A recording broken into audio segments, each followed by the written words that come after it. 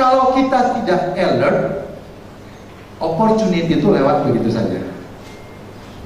I don't believe in lucky.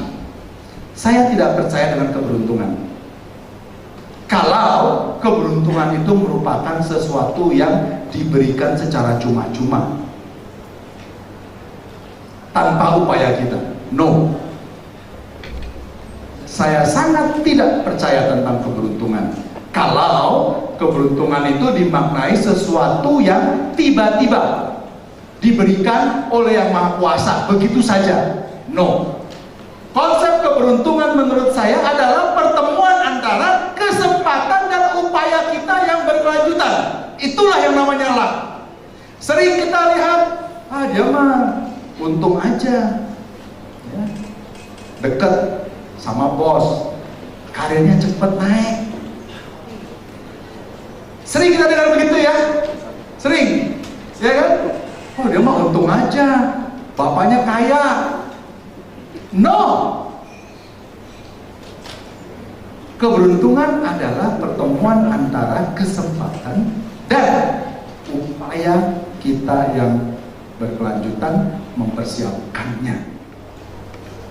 Begitu kita bantu, atasan kita lihat, boleh juga ya, lumayan juga nih, kan jadi pemikiran. Ketika atasan kita dipromosi, maka besar kemungkinan siapa yang dipilih? Kita dibandingkan dengan teman-teman lain yang dependen, ya kan? Jadi alertness itu sesungguhnya adalah untuk mempersiapkan diri. Ya, biasanya kita tidak bisa mengambil kesempatan yang ada karena itu tadi tidak sigap dan tidak siap. Tidak kelihatan ya? Tidak siap dan tidak sigap. Kita siap, tapi ada kesempatan kita nggak ambil. Ya dia orang lain. Kayak tadi kita sudah belajar nih memperhatikan kalau supervisor seperti apa ya, bagaimana ya dan sebagainya ya. Begitu, siapa yang mau bantu saya? Malu-malu. Mudah-mudahan saya ditanya, saya nggak enak kalau ngajuin diri. Ntar dikira, ya kan? Lewat, tidak sikap. Kalau tidak siap, sudah jelas ya. Itulah alertness. Dan yang kedua, no compromise. Saya akan speed up sedikit. No compromise itu adalah tidak pernah berkompromi. Dengan apa? Ya, dengan apapun, dengan kesulitan, dengan tantangan, ya, dengan hambatan, no compromise. No compromise ini itu akan membuat kita terus bersemangat, bergerak, punya energi. Tapi kalau kita sudah 10 kali saya sudah melamar, 1 pun atau 100 sudah surat lamaran saya kirimkan, 1 pun nggak ada panggilan. Sudahlah. Siapa yang tahu kalau ke 101 ternyata Anda diterima? Nggak ada yang pernah tahu kan? Jadi jangan pernah berkompromi dengan kesulitan. Ada banyak contoh sukses lah, ya. Saya nggak perlu cerita banyak di sini. Salah satunya Colonel Sanders, Anda sudah pasti pernah dengar ceritanya. Ya, berapa kali dia menawarkan resepnya, hingga ke 6.000 sekian kali, baru ada 1 orang, dan sisanya adalah sejarah yang kita bisa lihat sampai dengan hari ini. Oke. Dan ini juga penting. Ini angel kan ya, A-nya sudah, N-nya sudah, G-nya generosity. Kalau tadi yang saya kasih contoh, ada anak baru, bingung, ya, Anda bantu tolong dia. Bantu tolong dia. Walaupun mungkin Anda bukan atasannya. Contoh sederhana. Itunya memang betul gratis, tapi dengan begitu banyak user, dia menciptakan bisnis yang lain. Ya kan? Dia kembangin lagi kan? Google Map. Dia kembangin lagi Google macam-macam, Google Drive dan lain sebagainya. That is sama. Generosity itu tidak pernah ada ruginya. Kenapa? Karena generosity ini itu kita belajar dari petani. Yang kita tabur itulah yang kita tuai, betul ya? Kalau kita mau dapat panen buah nangka, tidak mungkin kita tanam bibit mangga, pasti nangka. Jadi kalau kita menabur kebaikan, pasti kita akan menuai kebaikan. Tidak harus dari orang yang kita bantu, bisa dari manapun juga. Mestakum, semesta alam mendukung katanya. Ya, ini adalah hukum alam. Dan luar biasanya apa? Kalau petani itu menabur benih, katakanlah segenggam untuk pohon nangka, itu begitu panen bisa berton-ton.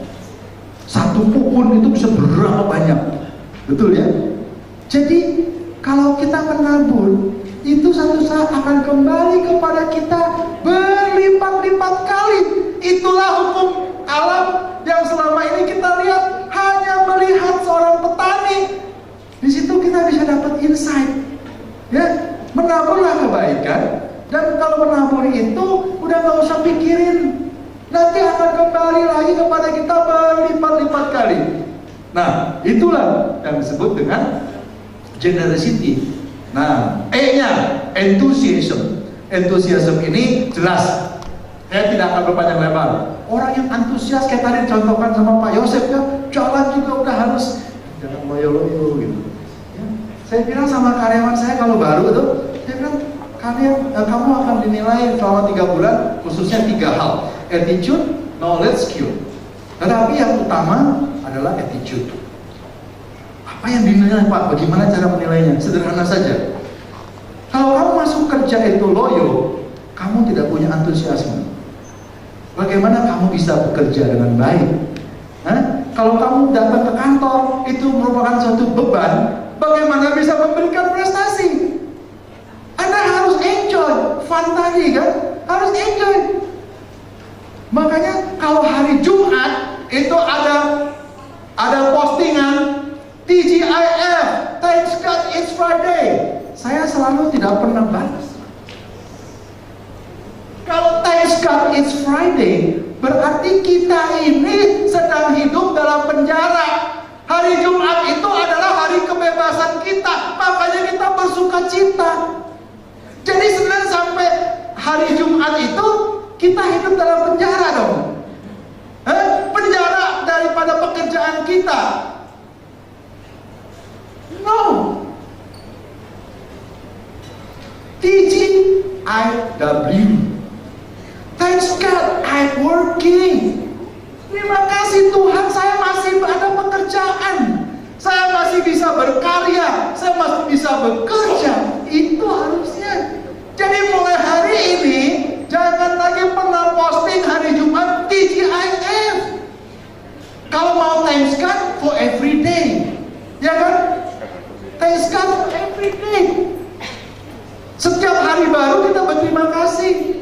Kalau mau, rubahlah thanks God I'm working. Anda bekerja sebagai mahasiswa, sebagai karyawan, sebagai dosen, sebagai pendidik, siapapun. Tidak semua orang punya kesempatan yang sama seperti kita. Oke? Nah, terakhir, loyalty. Ya, loyalty itu adalah apa? Konsistensi. Konsistensi, loyal kepada apa yang prinsip hidup kita, loyal pada pekerjaan yang kita kerjakan, loyal pada passion kita. Semuanya ini, angel ini akan menuntun kita kepada sukses yang berkelanjutan. Di dalam buku saya nanti ada 3 buku yang saya berikan sebagai door prize. Ya, di situ ada konsep ini plus kisah inspiratif dari 30 orang, ya, yang mencirikan setidaknya mereka punya sifat-sifat angel, membesarkan dan memberi makan angel secara terus-menerus. Dan itu saya terbitkan tahun 2013. Hari ini 2016, saya perhatikan ke-30 orang ini masih terus konsisten. Ya, makanya saya sedang mempersiapkan buku revisi, yaitu edisi revisi, yaitu updating selama 3 tahun. Mereka itu sampai sekarang ini bagaimana? Karena konsepnya kesuksesan ini sesungguhnya jangan hanya dikaitkan dengan sekedar harta dan materi disebut dengan sebagai sang pemenang. Kenapa demikian? Supaya kesuksesan itu menjadi kosakata kita sehari-hari.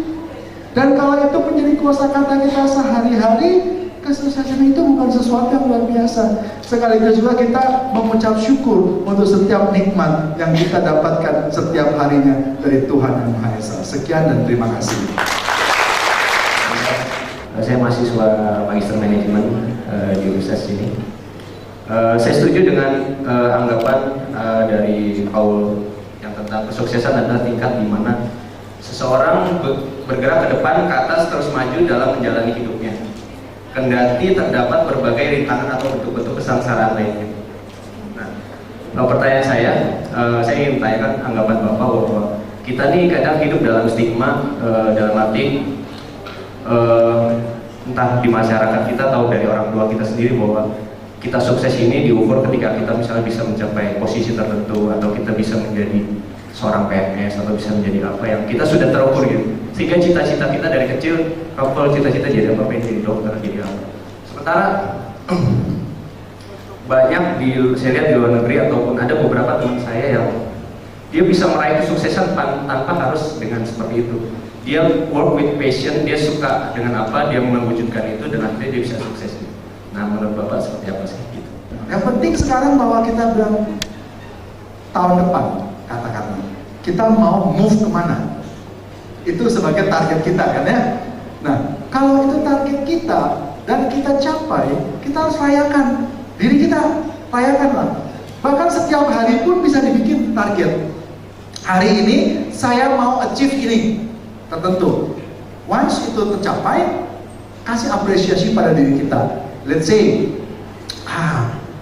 diri kita perlu dikasih es krim yang kita suka, gitu kan ya?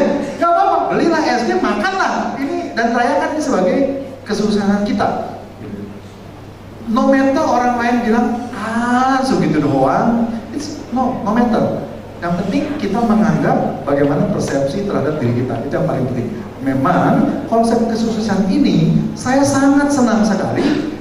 Sejak awal saya membaca bukunya Adversity Quotient, itu di buku Adversity Quotient, itu saya langsung meyakini bahwa inilah konsep kesuksesan yang akan saya gunakan sepanjang hidup saya, dan di mana saya punya kesempatan saya akan sharing, gitu ya. Dan kemudian melalui buku lebih luas lagi, it's okay, nggak masalah. Oke, itu yang pertama.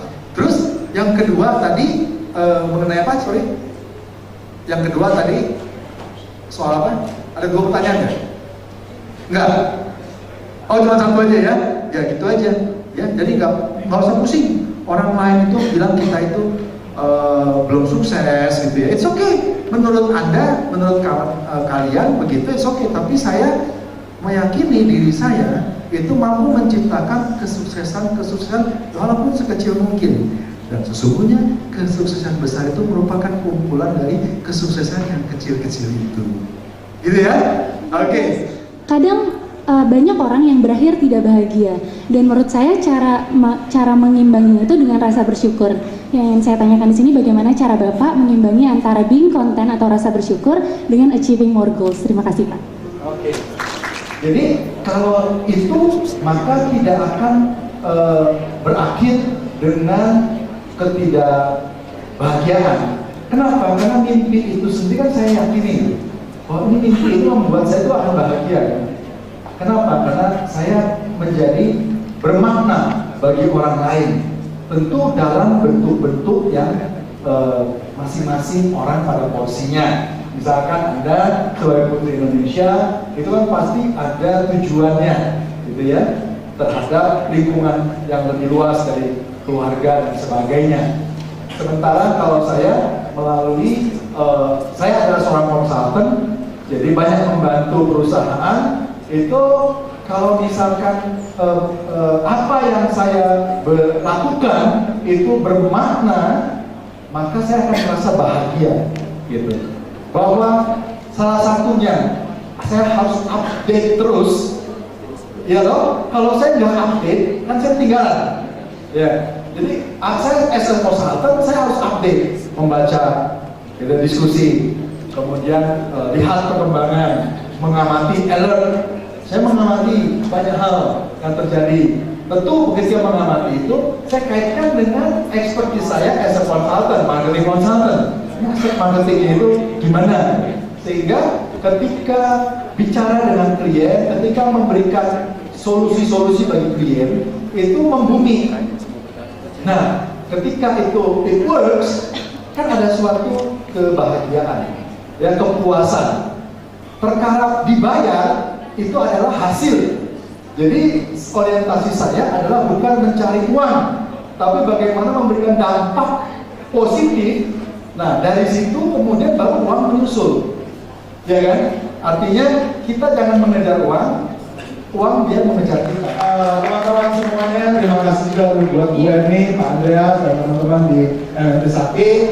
Ya, mudah-mudahan forum itu bisa segera kita realisasikan dengan ikatan mahasiswa, ikatan alumni. Tadi banyak sekali teman-teman tadi ya dari ikatan alumni. Ya, kita bisa tindak lanjuti di kesempatan yang lain. Terima kasih, selamat sore.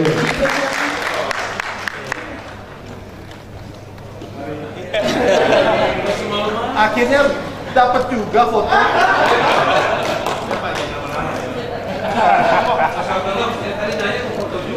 Oh iya.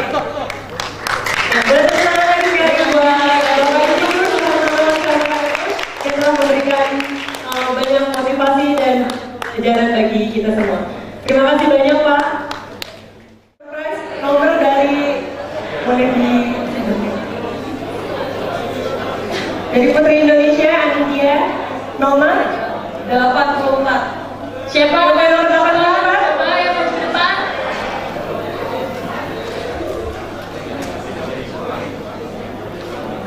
Nomor 95. 95 ya, coba. Ayo siapa yang 63? Ya, silakan maju. Salaman dulu, Pak. Mau foto boleh, Pak? Mau foto, Pak Chandra. Boleh difotokan teman-teman? Coba Pak Tomo, ikut Pak Tomo, coba.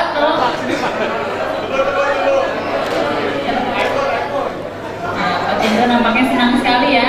Senang sekali ya Pak Chandra. Terima kasih Pak Chandra. 5, berarti 4 lagi. 16. Siapa ya? 16. Ada? Oh ya. Oh ya ampun. Ya senang deh foto, senang deh. Ya. Hadiahnya silakan berfoto Pak.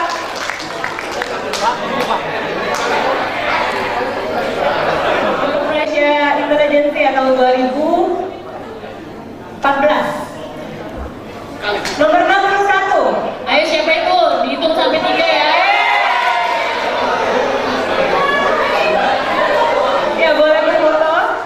Oke, berdoa nih dari tadi. Ya sama Kak. 2 lagi ya Mas. Siapa yang dapat nih? Ayo coba nomor berapa? 56. 56 siapa nih?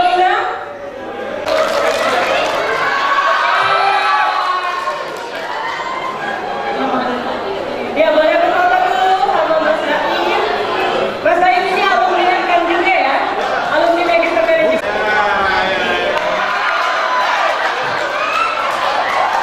Satu lagi ya? 110. 110.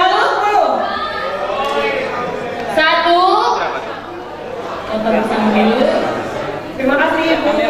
Mau berfoto Ibu, berfoto dulu ya. Oke, terima kasih semuanya. Selamat siang semuanya. Bu Eni, mohon izin kalau nggak diizinin ntar kolak saya. Agak miris tadi dibilang angkatan 30 cuma 1. Padahal dulu di zaman saya angkatan 30 tuh rusuh. Kayak sekarang angkatan berapa Mas Tony? Ini barusan rusuh angkatan berapa? 46. Yang 46 angkat tangan. Wow. 45. Oh. 44. 21. Oke, terima kasih saudara. Hari ini kita akan talk show, akan mewawancarai orang-orang yang sudah hebat, yang sudah ikut dalam pendidikan di kampus kita tercinta ini. Tapi saya nggak mau sendiri. Tadi sudah beliau dapat door prize juga. Saya panggilkan Mbak Delicia Duma untuk mendampingi saya selama di panggung. Nanti tampaknya plus buat beliau. Mungkin kita langsung di atas aja, Mbak. Ya, makasih Bu. Tentunya cantik dan berbakat ya, Pak. Iya. Selain cantik dan berbakat, nanti ada yang ganteng juga. Tadi bersyukur door prize ada yang dapat ibu-ibu satu. Dari tadi cowok semua. Giliran yang ngasih Mas Mbak M berpelukan. Padahal yang sebelum-sebelumnya berharap itu. Yang pertama kita panggilkan Putri Indonesia 2015.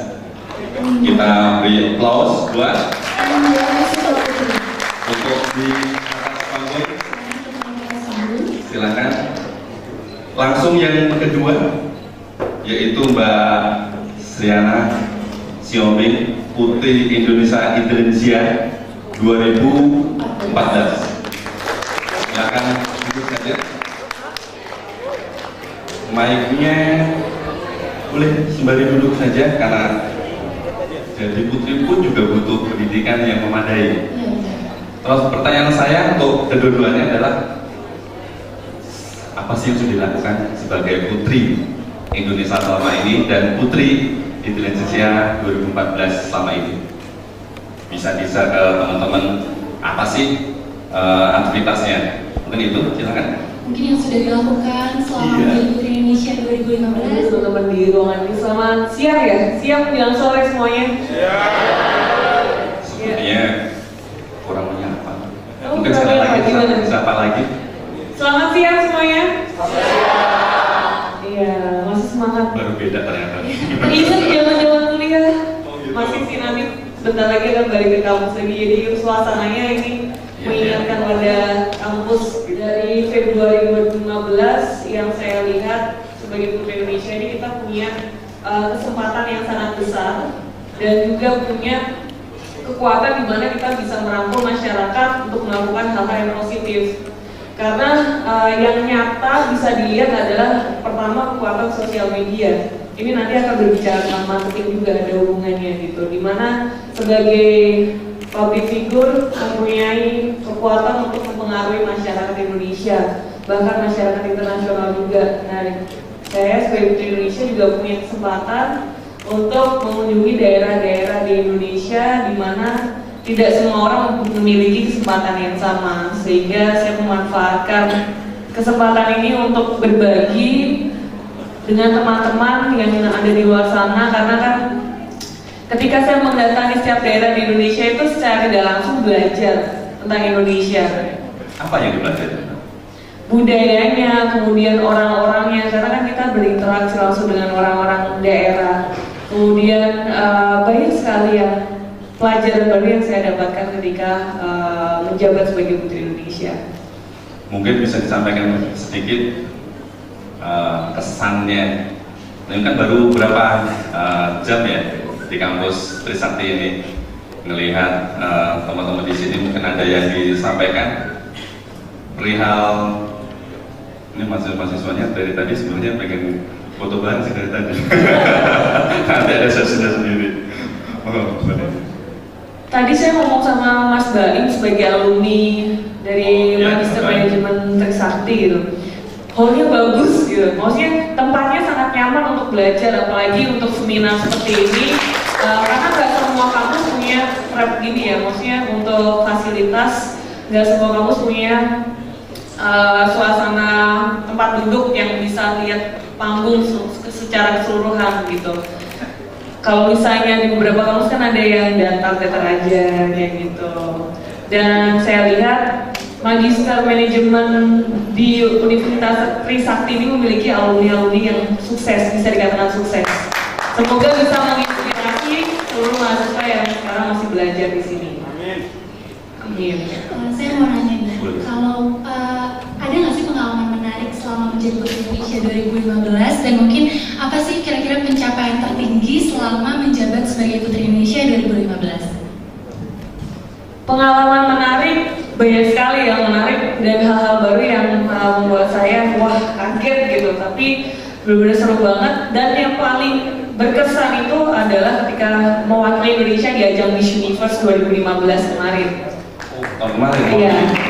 Akhir tahun 2015 kemarin saya ke Amerika dan di sana sangat kesempatan yang sangat berharga banget, bersyukur banget berada di sana karena membawa nama negara dan alhamdulillah juga membawa nama baik Indonesia di tingkat 15 Miss Universe kompetisi internasional dari 80. Wow. Ini adalah top 15 dari Miss Universe 2015 ya? Iya. Wow. Jadi nggak cuma cantik, berbakat, berprestasi, udah kurang apa lagi ya? Hebat banget, hebat banget. Dan sekaligus perkenalan sedikit, terus sama pertanyaannya, apa sih yang udah dilakukan selama jadi Putri Intelijensia 2014? Oke, baik. Selamat sore semuanya. Perkenalkan nama saya Triana Sihombing, saya dipanggil Ana. Di tahun 2014 merupakan tahun yang luar biasa bagi saya, karena pada saat itu saya mendapatkan salah satu penganugerahan dari Yayasan Putri Indonesia sebagai Putri Indonesia Intelijensia pertama. Ketika saya mendapatkan itu pertama? Iya, kita ada 3 Pak, jadi satu angkatan itu ada 3 orang sebagai Putri Indonesia Intelijensia. Dan pada saat itu salah satu hadiah yang diberikan kepada Putri Indonesia Intelijensia ialah beasiswa program Magister Manajemen di Universitas Kebanggaan kita, Universitas. Wow. Pada saat ini saya hampir 1 tahun. Saya juga meminta mohon doa dan dukungan dari para dosen. Kira-kira tahun ini di pertengahan tahun saya targetnya, tadi ada Bapak yang bilang ada time planning. Saya juga memiliki timeline. Target saya di pertengahan tahun ini saya lulus untuk Magister Manajemen di Universitas Trisakti. Dan pada saat ini saya sedang kuliah, dan tadi saya juga permisi kepada dosennya karena harusnya tadi kuliah dari jam 8 sampai jam 5 sore, tapi karena diundang dan harus berbagi pengalaman mengenai luar biasanya keramahan dosennya, conveyance, kenyamanan ketika kuliah, dan banyak sekali